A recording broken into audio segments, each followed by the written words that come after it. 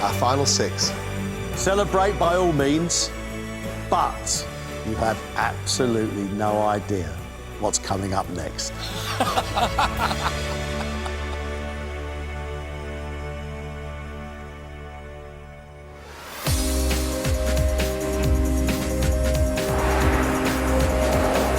It's 8 a.m. and the 6 remaining celebrities are travelling through Warwickshire. Historic Warwick. Having proved themselves with their show-stopping dishes, they will now have to deliver on a much grander scale. This is Warwick Castle, on a site dating back over 1,000 years, and the regal setting for their next challenge.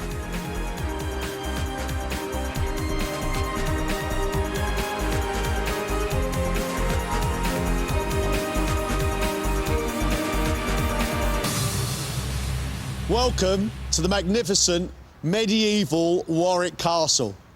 Today, there is a battle enactment between the two sides in the War of the Roses, the houses of York and the houses of Lancaster. You have to create a banquet for medieval soldiers. 2 teams. Janet, Aid and Les. Speech, Brian and Shane. 3 hours, guys. Plenty of time. Off you go. The 2 teams now have to create their dishes from ingredients that would have been available in the 15th century, and then serve it in the great banqueting hall that is nestled in the heart of the castle. I don't know whether they'll have knives and forks because of the times. Shane, Speech and Brian have been given pheasant, cabbage, beer, pike, parsnips, carrots, wine, bread and plums. You thinking of doing like baking those Like whole fish. so that they come out like a big thing? That's the biggest thing we've got to look like a banqueting type thing, isn't it? Yeah. If we do it like as one whole thing, there would be bones. Fantastic. In the other tent, Janet, Les and Aid have been given rabbit, fresh herbs including lovage, figs, dates and apricots, quinces, mussels, clams, gooseberries and salmon. Does anyone know how to fillet those fish? Oh no, let's not fillet it. Let's I not think go look- there. I think them looking like that They look better on the more bones. medieval. Look, someone who worked with me earlier. Well, what we could do for a dessert, we could use more exotic fruits, kind of medieval fruit tatin. You're going to definitely use these Yeah. figs. We need 2 well-organised, very busy tents because you've got 100 hungry soldiers to feed. Big question mark on whether they're going to succeed or not.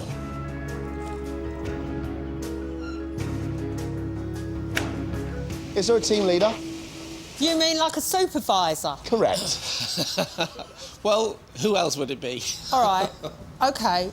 All I've said is, if Les cooks his fish now, because they're very big fish, then they can keep warm or they can be lukewarm, but then he can make things to go with them and decorate them. He's got to allow time for the presentation. I know what you're gonna say! I know it! All right, I said the P word! I was going to come and give you a big hug. All right, you can give me a mini. Oh! She did present. I love did you. presentation I love word. you.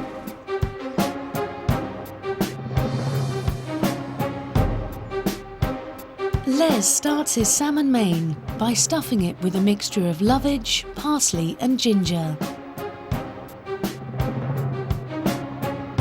I've never cooked quite as big a salmon as this before.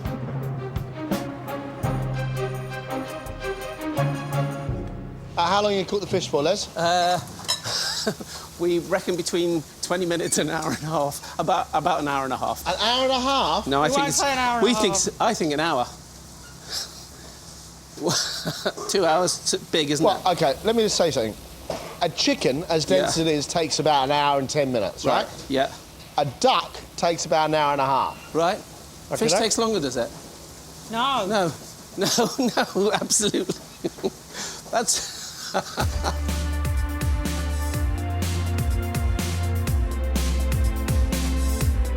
It's a salmon, about 35, maybe 40, Liz, if you're lucky.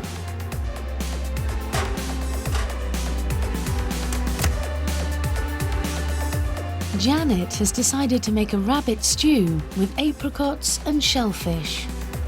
I'm going to cook the rabbit stew slowly, and then I'm going to add, at the last minute, mussels and clams. Are you? Got a problem with that, Greg? You sort of medieval surf and turf. Exactly. A rabbit, dried fruit and shellfish. Combination I've never tried before. I wonder very much whether anyone's ever tried it before. But who's going to argue with Janet? Meat and fish together are absolutely fine. And shellfish, as long as you've cooked it separately and you've taken it out, there's beef and oyster pie, for God's sake. I mean, you know. Aid is going to make the fig and quince tarte tatin, and he's starting with the caramel. Quantities are always tricky if you don't know what they are. I vaguely remember caramel being half and half, or somewhere close to that.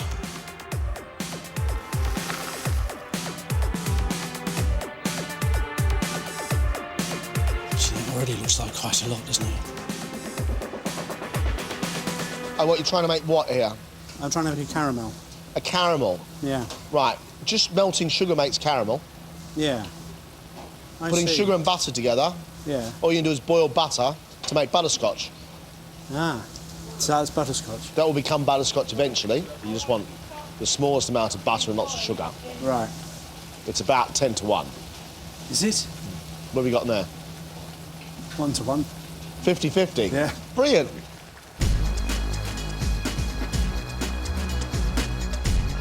Aid's had a disaster with his caramel. We've got almost a cross between fudge and butterscotch, but not quite. He's back to the drawing board, but you know, Aid's resilient. He'll be okay. Meanwhile, the other team is also hard at work.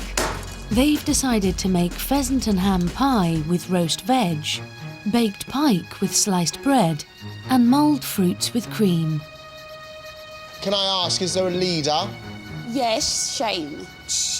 Shane, you're the leader. Well, yeah, not. Yeah, look, we're all in it together, boss. We're all in it together, but we have direction. Brian and Speech are working together on the pie. I'm doing 2 big pies. I'm lining it with the chalk crust and putting puff pastry on the top as the lid. Hey, so Speech is doing the filling for the pie. Yep. You're making the pastry. Yes. And then the fish is going to be done when? After that's done, After is that right? that, yes. Okay. It always works a lot better if you put that in. Don't tell anyone.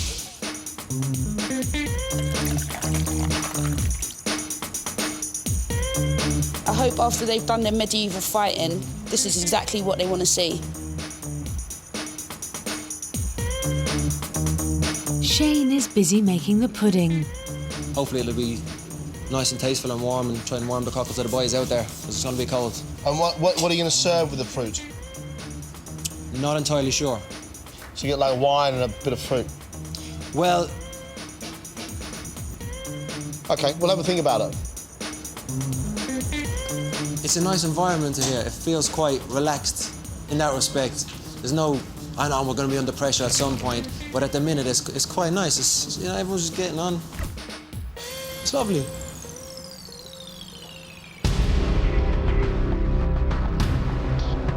In the castle grounds, the houses of York and Lancaster are preparing to do battle to take control of the English throne. Back in the tent, Janet is planning her own strategy for the rabbit stew. People tend to be a little bit squeamish about rabbit, and it's the most delicious meat, and it tastes exactly like chicken. So I think the trick to get them to eat it is to present it so it looks like chicken stew.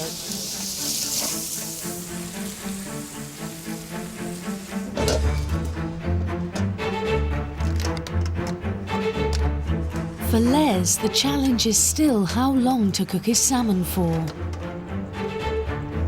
They're so big, they're not cooked yet. Come and have a look.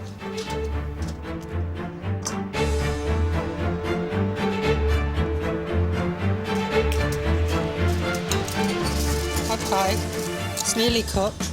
Just have a quick prod inside, have a look inside it. Yeah. Pull the skin apart and see if it's cooked. What do you think, Aid? Oh, I think it needs just a little bit more. OK. Fish is doing all right. But I'm going very much on Janet and Aid's instinct with that.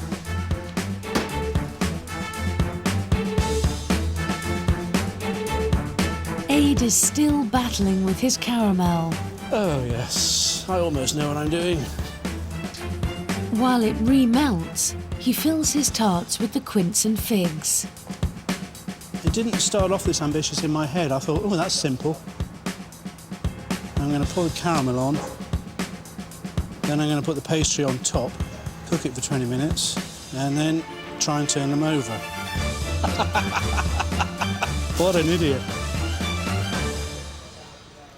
Right.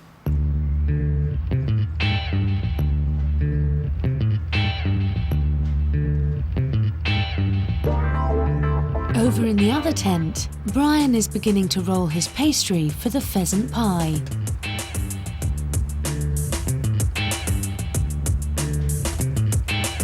Does your pastry look like it might have worked? It seems to be working at the moment. But you've still got a puff pastry to make for the top, is that Yes, right? yes. Have you even started making your puff pastry now? Well, it's already made, so it just needs rolling out. Fine. And how is the inside of our pie? It's nearly there. It's looking very good. I think at the moment the kitchen is calm. Everybody's just got their head down and getting stuck in what they need to do. There's no point in having a hectic kitchen. If it's going to go wrong, it will go wrong. No point in screaming and shouting about it. But Shane, your dessert is now done, is it? Yeah, it's pretty much done. It's just sitting there. When you say pretty much done, I mean it was fruit in mulled wine and some thickened cream. So what's not done? The cream. Right. Because Bryony there is going to look after the cream. He is in charge of just getting that pastry together because we need to get it into the oven. So as soon as he's done there, we'll crack Well, on. you've got about an hour and a half. How long is that going to take to cook?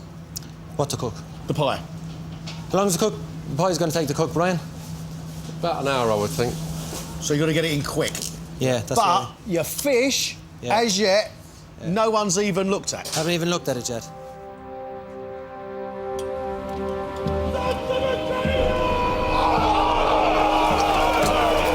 Battle has commenced, and in just over an hour, these soldiers will be in need of a hearty lunch.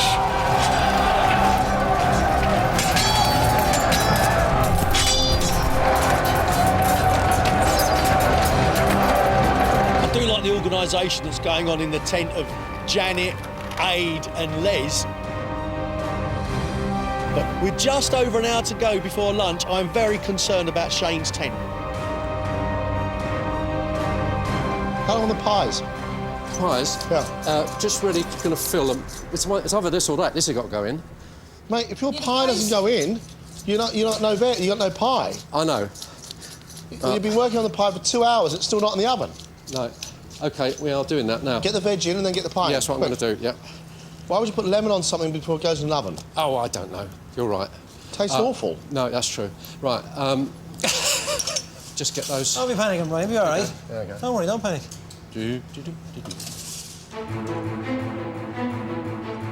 Finally, speech makes a start on the pike main.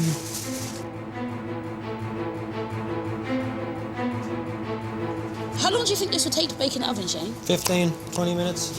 Let's get it in anyway. We can check it as we're going. While Brian and Shane frantically fill their pies. Doesn't get any more medieval than that.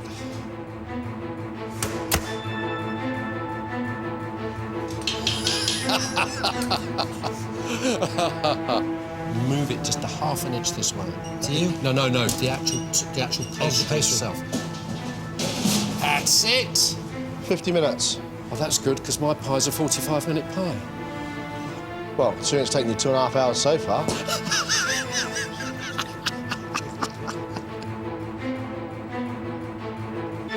Don't panic now. Don't panic. Don't panic. Right, good.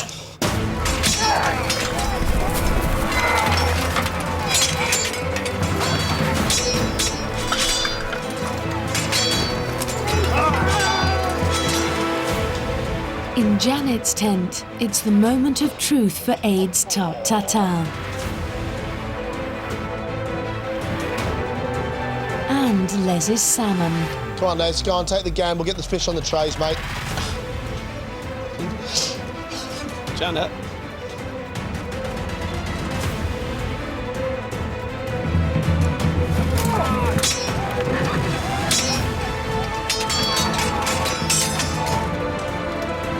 In the final minutes before service, Shane's team realise the real challenge of the pike. This fish kind of stinks. The fish tastes like nothing. You may as well lick a stone. Oh There's my more flavour on the gosh. stone. Yeah, this is really looking bad.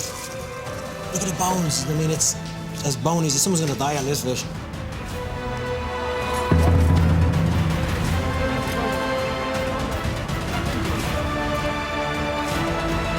There's a medieval army waiting for their lunch.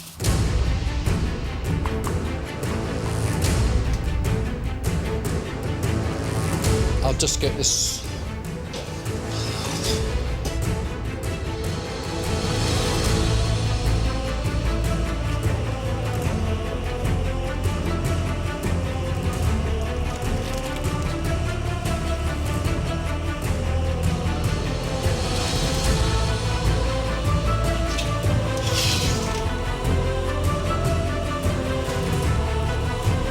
The pie's looking fab. I mean, pastry's looking really, really good on the top there.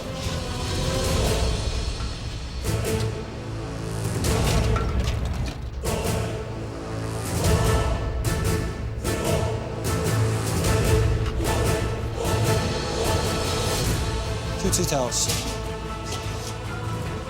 Next top, please.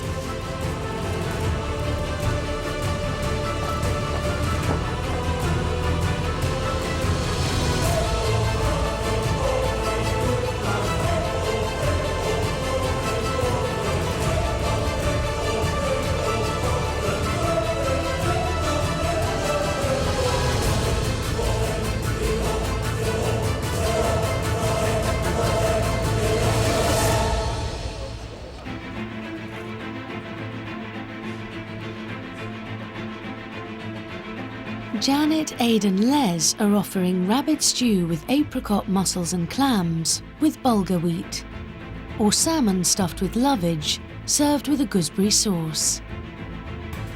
Shane's team is offering pheasant and ham pie with roasted parsnips and carrots, or baked pike with sliced bread and pickled cabbage.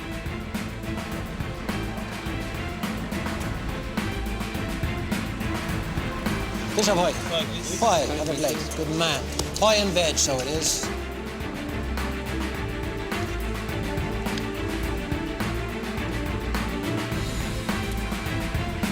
The pheasant pie is an instant hit. Should I have some pie?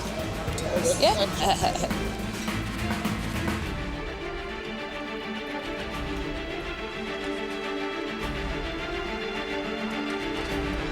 It's really great, delicious food, but for somebody of my social level, I don't think I would have been eating pheasant as a medieval peasant, unfortunately. If this isn't fit for a night, I don't know what is. Pie is looking a little bit short.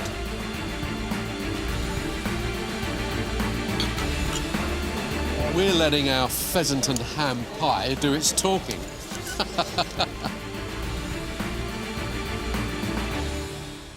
Most of their effort went into that dish and it shows. It's tasty, it's moist, lovely filling, decent pastry, good roast vegetables. Tell you what, that's a winner on a cold day. But there are fewer takers for the old-fashioned pike. Thank you. There's plenty of bones in it, so just be careful. All right, thank you. You're welcome.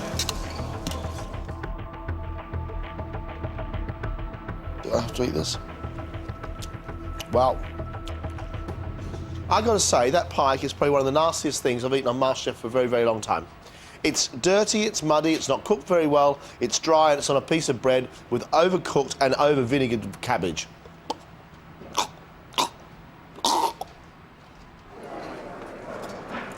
Back with Janet's team, no one's queuing for their food. Well, they seem a lot more popular than us. Oh, yeah? This is going fast, isn't it? Yeah. I've made a fantastic stew, but all these people are complete wussies. All the women go, oh, they want rabbit. But if they were truly medieval, they'd be eating it. It tastes fantastic. If they want to eat, that fish that looks all white and drab and a meat pie, good luck. Go and wrestle up some business, eh? Yes. Go on. Rabbit stew and salmon this way.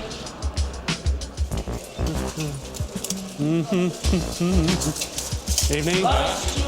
Do you all know what you're queuing for? Because this is only for half of the food. So the salmon and the rabbit are on that side. So if you want that, I'd go around that way. I've seen the pie. It's not very good. No, there's no persuading them. Oh, that salmon looks good. Ooh, it tastes good. Look at it. It tastes really good. Yeah. Oh, sorry. And that rabbit. Wow. Tasty sounding like chicken. We're calling it chicken stew now. I'll toss a bit of rabbit stew. Thank you.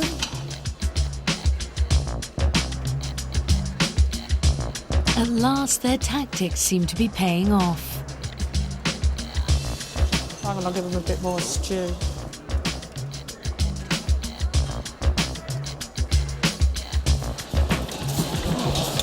This is excellent. The meat from the rabbit was extremely well done. The juxtaposition of the sweet from the apricots and also the shellfish, the mussels, it worked very well. Yeah, top marks for that.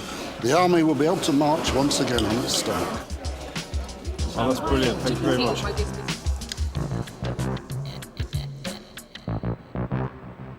Well, I've got to say, rabbit, shellfish and apricots is not a natural combination, I've got to say.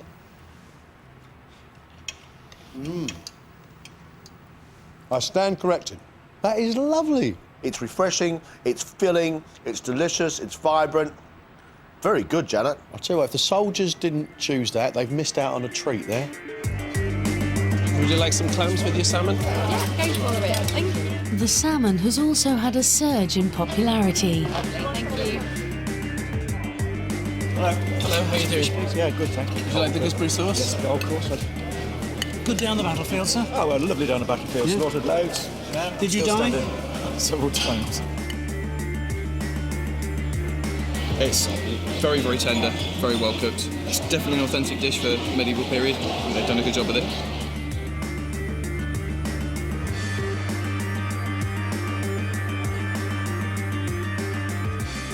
Look at that fish cooked nicely, huh? I think the salmon's delicious. I love the salty clams. I like a small amount of gooseberry. I mean, it's really sharp. That gooseberry is really, really sharp and almost overpowers the salmon. Saying that, those big fish all poached away. Good job, Les. Look to picture, I think eats as well as it looks. For dessert, Shane's team is offering fruits in mulled wine with almond vanilla cream. That is delicious. Wow, that's a lovely taste, Shane. And Janet's team has made fig and quince tarte tatin with custard. Oh, great. That's really creative, isn't it? Mulled fruit, boil up a load of fruit.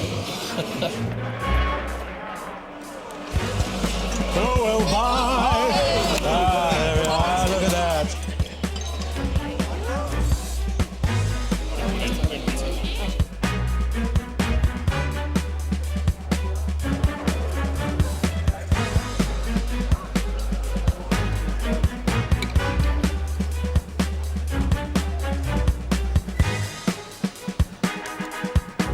Tasted really good, so I'm happy.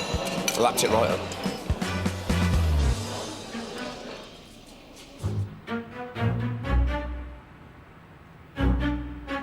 It's got a toffee bottom that's almost bitter. It's got tons of vanilla running through it and the deep, almost rum flavour of figs and dates. That is lovely.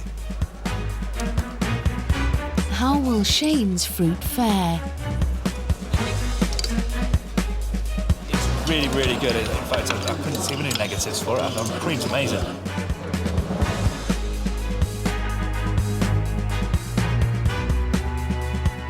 A winter warmer, a little Christmas present in a bowl, tasting a mulled wine and smelling of Christmas, rich and cinnamon, almonds flaked across the top.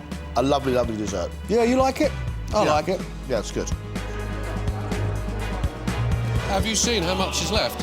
Hardly any. We've had 3 people come back up for seconds, which is great. Quick, quick! There you go. You want any? Don't hang around.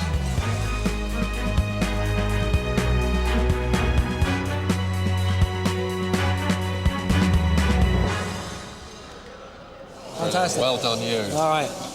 Well done, us 3. Yes. I'm really proud of us. Really pleased. Did all that without any arguments. Yeah, we had no arguments. Yeah. None.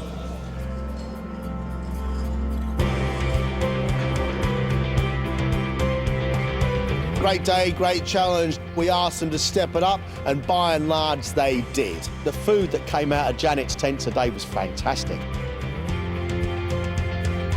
I was kind of inspired by the medieval brief.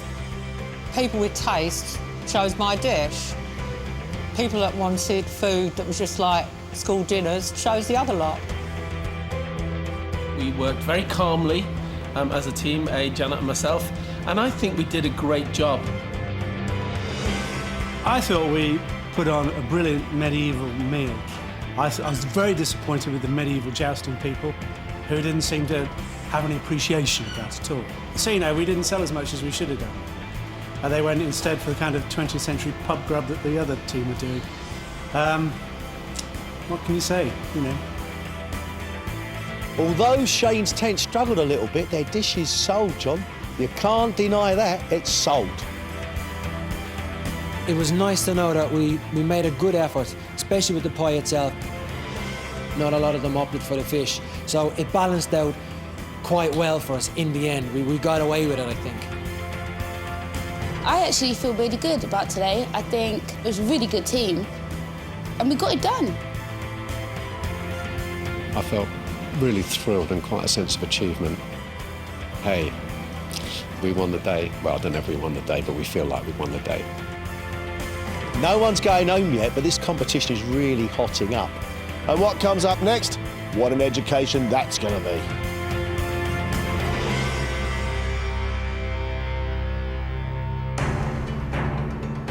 Tomorrow night, the competition moves up another level. I've got another one with a hole in it, Brian. I'm doing my best. Just move your tushy tush. We're trying not to panic.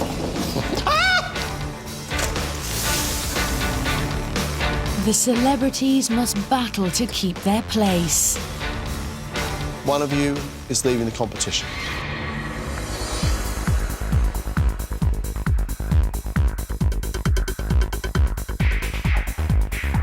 Is his Irish grandfather responsible for his business gene? The Apprentice's Nick Hewer finds out next on BBC1.